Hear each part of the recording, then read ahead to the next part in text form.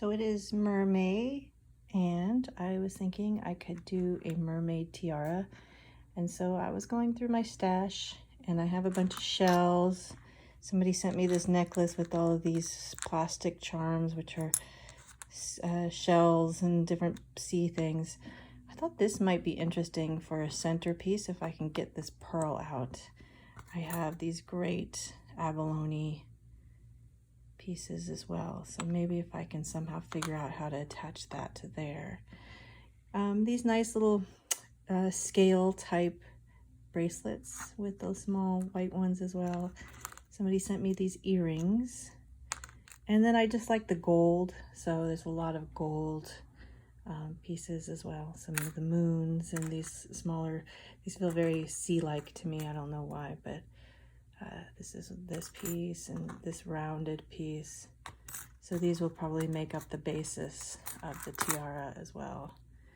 I'll attach those. And then of course, always gold rings work well. Especially if I'm going to use this, I might have that gold in there. So a lot of these background pieces will be attached with wire. Oh, I also have this bracelet somebody sent me, which might be interesting in the back, taking out these pieces and using them. So let's see where we go with this. All right, now I'm starting to lay out my idea. So this is kind of what I came up with, is I've got this piece in the back so that I have the height with these two moons, so you get that shape as well, with this circle, and then this piece in between, and that beautiful abalone that sits right in the center. So that looks really great. And then I need another spike. So I was thinking these pieces, I tried the other round pieces, but I don't think they work very well. So these would go underneath, which I can't get it to do right now. So we'll just put it on top. And then these will go up right on top. So we get that height that we want on both sides. You got your little spires. I wanted to use this, but I think it's just going to be too big. And it just doesn't really fit with this shape either. So I will save this for another project.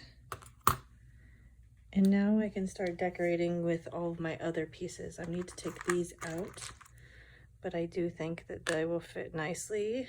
These, and one of these here. And then these lovely shell pieces will go between, kind of right in here and in here. So you've got that kind of nice shape. I might put this behind so you get more. I might need something smaller. Maybe these would be better. Or we could just pile them up too, like that. And then we get this on this side. And of course, this is just concept, so it's not necessarily what everything's going to end up being. You might like these shells better because they are more natural, or maybe we'll just stick it underneath. You get an idea.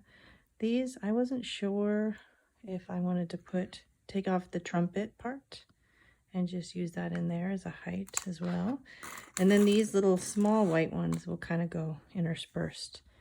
But that gives you an idea of what the tiara is going to look like. And now I'm going to start wiring on all the gold pieces and gluing them together, and then I can add in the other pieces around them. So I'll need to remove this gray background from them. I will probably age the gold a little bit so that it looks a little bit more, maybe a kind of a greenish patina for the sea. And then I'll start gluing on the other pieces around it. Okay, so I have one side wired on. So you got the middle piece that's wired right here. And then I wired this piece to the bottom with a thinner wire so that you can't see it as much, but you still see it as a little bit there.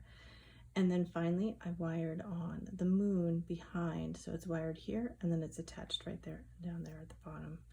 So I'm going to repeat that on the other side, and that gives us our base. And then what I'm going to have to do is figure out how to put this right here, this on the bottom and attached to there, and then this piece right here. So I figure if I put this down a little bit, it gives a place for this to attach to as well. And it's not as spiky, but it definitely gives us a little bit more stability on the back.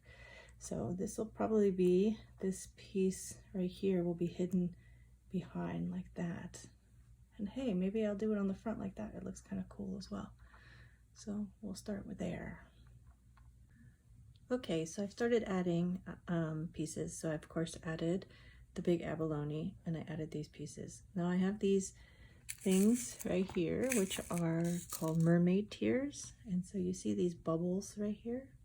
They're rounded crystal type pieces that are iridescent, and they really work well on these mermaid crowns. And then of course the shells have just been added into that space right there, and I've actually glued them with E6000, and then I've also tacked them down, I think you can see on the sides, with a little bit of UV resin, and I will go back through with a 5-minute epoxy and make sure everything's tacked down well. I just use the UV resin because it's very quick. So, and then of course these pieces were from this bracelet as well, so I've just attached those there, and I'm going to add some more bubbles.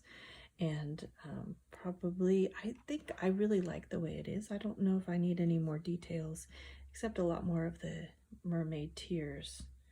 I might add in a few of these bigger pieces like this, but after that I think this one's almost done. Okay, and here is the finished tiara. So it's changed a little bit. Like, I was going to put more detail, but I kind of liked just the shells that are that translucent plastic color with the gold, and it goes really well with the other gold. And then there's a lot of these little bubbles everywhere. There's some bubbles at the top. I put a crystal on the top, and you can just see the bubbles. They kind of add a pretty iridescent shine to the whole thing. And that's the finished Mer-may tiara for this week. Most of the stuff is found pieces, except of course the filigree. The decorations are mostly found, and then of course this is a piece that I bought as well. But everything else, that's not true. The filigree is not found, but these smaller pieces are found objects that people have sent to me, and then the rest, the vast majority of the pieces, things that I had in my craft room. So I took a couple of pieces apart to make this, but I really liked this abalone, and so I wanted to use that. And that's the final tiara. This is a little bit better light, so you can see the piece in the light with the sparkle kind of coming off of it. But you can also see the differences from what I originally thought the tiara would look like and what it ended up as.